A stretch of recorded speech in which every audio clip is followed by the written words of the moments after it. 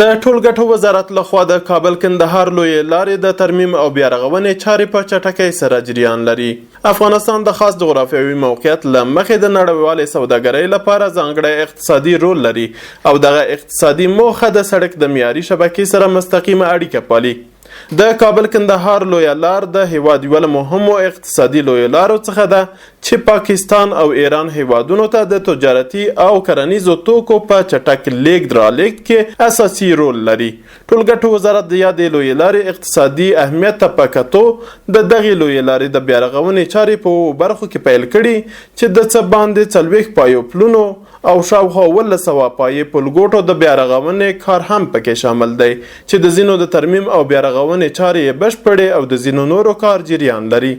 د یادې لویې لارې د لیدنې په موخه د ټولګټو وزارت سرپرست وزیر محترم الحاج ملا محمد عیسی ثانی کندهار ولایت ته سفر وکړ او د کابل کندهار لویې لارې د بیلابیلو برخو له کاري بهیر څخه یې له نږدې لیدنه وکړه. په دغه سفر کې د ټولګټو وزارت سرپرست وزیر لومړی د کابل کندهار لویې لارې اړوند د ارغندې دوراني بازار 30 کیلومتره سړک، دوراني بازار تر غزنی 8 کیلومتره سړک، غزنی تر مقر 96 کیلومتره سړک او د مقر قرات 112 کیلومتره سړک د اساسي ترمیم له کاري بهیر څخه هم لیدنه وکړه او په یاد مسیر یې د تازیر آباد، زاړه نورک او د حسن کاریز پلونه چې د دغه وزارت لخوا یې چارې څه موده وړاندې بشپړې شوې وې ګټې اخیستنې ته وسپارل. تقریبا پر دې لار باندې د 40 بالا پلونه دي چې اوس فعلا د کلات په سیمه کې یا د غزني صدر کلات پورې پر لاس پله باندې کار شروع دی.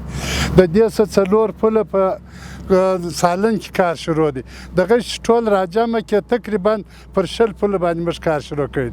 په کلات کې چې کار شروع دی د کابل او کندهار پر سړک باندې یو پل په غزنی کې هغه جوړ سلو، بل پل دغه دی چې دغه پل موږ ته چې اوس ولاړ چې افتتاح کوو چې د محترم بوراک په مشري باندې دلته د ابتداب کمپنی سره موږ قرارداد کړی. یو پل د خدای د پاره جوړ کړي، د ملت ته یو پل په قیامت جوړ کړي. هغه د اوس موږ ته افتتاح کوو، ابلم جوړ شوی. دغه په اخوا بیا د حسن کاریز پل دی چې هغه هم خلاص شوی دی. پر دې خوا چې زه د مغلس پل دی هغه ودې ته نږدې دی چې خلاص. بل پل د خارجي پل دی هغه ودې ته نږدې دی چې هغه هم خلاص. بل د سنگر مانده پل دی پر هغه هم ښه کار شروع دی. بل د سوختي پل دی پر هغه باندې ښه کار شروع دی. بل د شنکی پل دی پر هغه باندې کار شروع دی. بل د لبی دریا پل دی پر هغه کار شروع دی. بل د پل د نوبهار په ولسوالۍ کې دی چې هغه دلته په قرارداد او په داوطلبي کې لږ مشکل راغلی چې تر اوسه نه دی شروع شوی.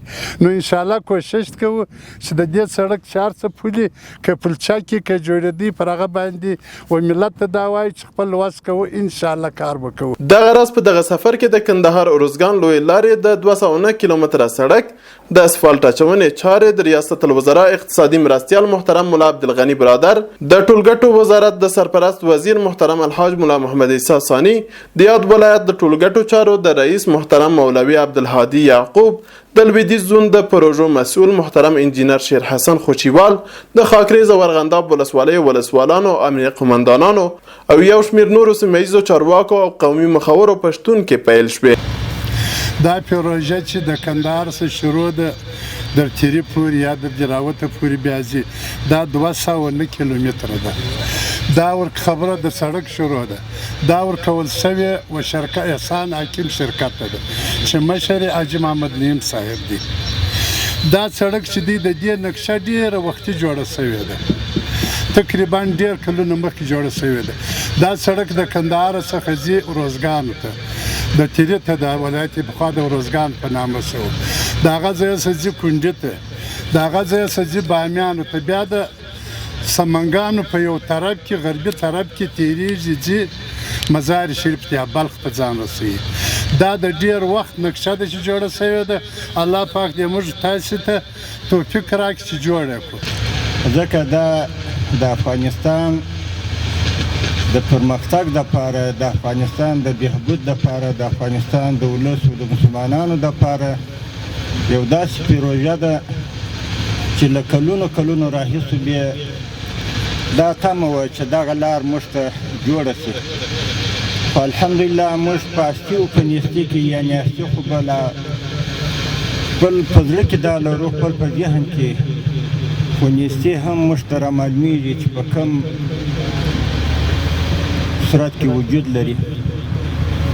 خو بیا هم الحمدلله زموږ د افغانستان اسلامي امارت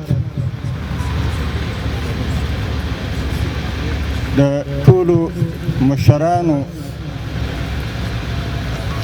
د ټولو وزیرانو، د ټولو رئیسانو، د ټولو والیانو، ولسوالانو، امنیاګانو څخه د ټولو سره دغه فکر دی چې خپل د افغانستان د آبادۍ او د بهبود او د کامیابۍ لپاره خپله هڅه او خپل کوششونه وکړي.